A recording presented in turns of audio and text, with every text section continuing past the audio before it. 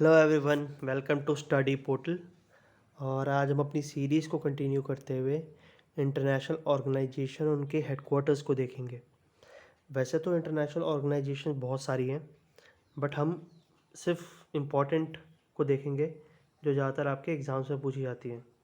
ठीक है, तो स्टार्ट करते हैं। वर्ल्ड इंटेलेक्चुअल प्रॉपर्टी ऑर्गेनाइजेशन, इसका हेडक्वार्टर है स्विट्ज़रलैंड जिनेवा में। स्विट्ज़रलैंड में जगह है जिनेवा। अगर आप स्पेशली जिनेवा को ही याद रख लें तो कम से कम 6 या 7 ऑर्गेनाइजेशन सिर्फ जिनेवा स्विट्ज़रलैंड में ही है। जैसे वर्ल्ड हेल्थ ऑर्गेनाइजेशन हो गई, जो आजकल न्यूज़ में भी थी, उसका भी हेडक्वार्टर जिनेवा स्विट्ज़रलैंड में है। वर्ल्ड ट्रेड ऑर्गेनाइजेशन हो गया, उसका भी हेडक्वार्टर स्विट्ज़रलैंड में है। वर्ल्ड मेट्रोलॉजिकल ऑर्गेनाइजेशन हो गया, उसका भी हेडक्वार्टर स्विट्ज़रलैंड में है, जिनेवा में। फिर आता है United nation for high commission for refugee, और उसका हेडक्वार्टर भी जिनेवा स्विट्ज़रलैंड में है। एक और आता है इंटरनेशनल लेबर ऑर्गेनाइजेशन। ठीक है, इसका भी हेडक्वार्टर जिनेवा स्विट्ज़रलैंड में है। तो 6 ऑर्गेनाइजेशन तो जिनेवा स्विट्ज़रलैंड में ही है, तो इसलिए आपको आसानी पड़ेगी। ठीक है, फिर आता है इंटरनेशनल ओलंपिक कमेटी। आजकल ओलंपिक्स बहुत चल रहे थे। ठीक है, तो इसका हेडक्वार्टर स्विट्ज़रलैंड में ही है, बट इस बार जगह चेंज है। ठीक है, यह है लॉसेन में। फिर हम आगे देख लेते हैं। फिर ये कुछ ग्रुप्स हैं जिनके हेडक्वार्टर्स कहाँ कहाँ हैं। जैसे आशियान, 10 कंट्रीज़ का ग्रुप है आशियान। ठीक है, जो साउथ एशिया में पड़ते हैं, और इनका हेडक्वार्टर है जकार्ता, इंडोनेशिया में। ठीक है, और जकार्ता आई थिंक डूबने वाला है कुछ टाइम बाद, अगर क्लाइमेट चेंज ऐसा ही रहा। फिर आता है हमारा नेटो। नेटो आपको पता ही होगा, नॉर्थ अटलांटिक ट्रीटी ऑर्गेनाइजेशन। ठीक है, तो इसका हेडक्वार्टर है ब्रसल्स, बेल्जियम में। ठीक है, फिर आया ओपेक। ठीक है, ओपेक का है वियना, ऑस्ट्रिया में। सार्क, सार्क का इंडिया भी मेंबर है। ठीक है, और पाकिस्तान भी इसका मेंबर है, अफ़गानिस्तान भी इसका मेंबर है। स्पेशली जिसमें इंडिया मेंबर है उसके तो आपको सारे याद होने चाहिए नेम्स। ठीक है, तो सार्क का हेडक्वार्टर है नेपाल में। फिर आईसीसी, इंटरनेशनल क्रिकेट काउंसिल, इसका हेडक्वार्टर है दुबई में। I don't know how, but है दुबई में। फिर फीफा, फीफा का हेडक्वार्टर भी है स्विट्ज़रलैंड में। ठीक है, जुरिच में। फिर नेक्स्ट देख लेते हैं बिम्स्टेक।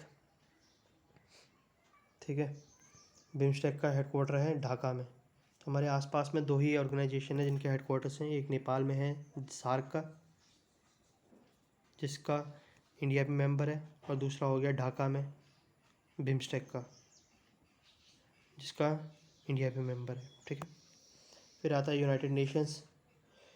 ठीक है, इसका हेडक्वार्टर न्यूयॉर्क में है। यूनिसेफ, इसका हेडक्वार्टर भी न्यूयॉर्क में है। यूनेस्को, जो वर्ल्ड हेरिटेज साइट्स देता है, डिक्लेयर करता है, वर्ल्ड हेरिटेज साइट्स डिक्लेयर करता है। ठीक है, तो इसका हेडक्वार्टर भी पेरिस में है। FATF, जिसमें पाकिस्तान ग्रे लिस्ट में ही बना रहेगा ज़िंदगी भर अपनी टेररिस्ट ऑर्गेनाइजेशंस की वजह से, इसका हेडक्वार्टर भी पेरिस, फ्रांस में है। United Nation Development Program, UNDP, इसका हेडक्वार्टर भी न्यूयॉर्क में है। ठीक है, तो 3 ऑर्गेनाइजेशन तो न्यूयॉर्क में ही हो गई। एक तो हम यूनाइटेड नेशन हो गया हमारा, यूनिसेफ हो गया, और यूनाइटेड नेशन डेवलपमेंट प्रोग्राम हो गया। बाकी यूनेस्को और FATF पेरिस में है, और बिम्स्टेक तो चलो बेसिक है। फिर आता है हमारा UNEP, United Nation environmental program, environmental program. ठीक है, तो ये है नैरोबी में, नैरोबी केनिया में है। ठीक है, इम्पॉर्टेंट है नैरोबी केनिया में। ठीक है, फिर आता हमारा इंटरनेशनल एटॉमिक एजेंसी, ये भी है वियना, ऑस्ट्रिया में। तो वियना में 2 ही हेडक्वार्टर्स हैं मोस्टली, एक तो इंटरनेशनल एटॉमिक एजेंसी और एक ओपेक।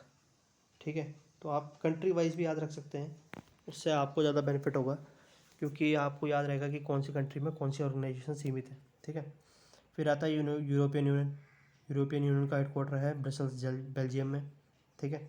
ब्रसल्स बेल्जियम में सिर्फ 2 ही हेडक्वार्टर्स हैं, एक यूरोपियन यूनियन का, दूसरा अभी बताया था मैंने नेटो का, ठीक है। फिर G7, ये पहले G8 हुआ करता था, इन्होंने उसके बाद रशिया को लात मार के निकाल दिया, अभी G7 है। Group of 7 most important countries, developed countries कहते हैं। इसका हेडक्वार्टर न्यूयॉर्क में कहा जाता है, ठीक है। फिर आता है फूड एंड एग्रीकल्चर ऑर्गेनाइजेशन, इसका हेडक्वार्टर है रोम में, ठीक है।